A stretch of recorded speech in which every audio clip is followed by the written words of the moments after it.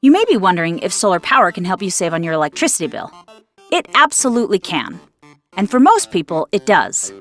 But how much you could save depends on a number of things, including the laws, regulations, and incentives in your state. And that can get complicated.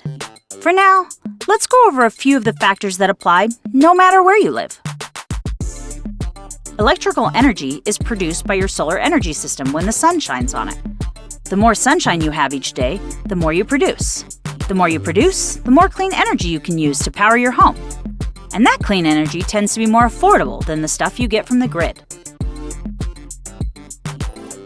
Every home is different, and so is every household. Getting a solar energy system designed custom to your roof, your location, and how much energy you typically consume makes a big difference. You might think the more the merrier when it comes to solar panels, but that's not always the case. To save on your electricity bill, you're looking for not too little, not too much, but just right.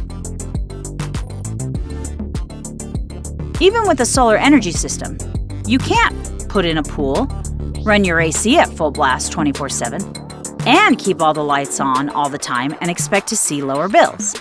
If you practice the same good energy conservation habits you did before getting solar, then you'll see your clean energy will go much further.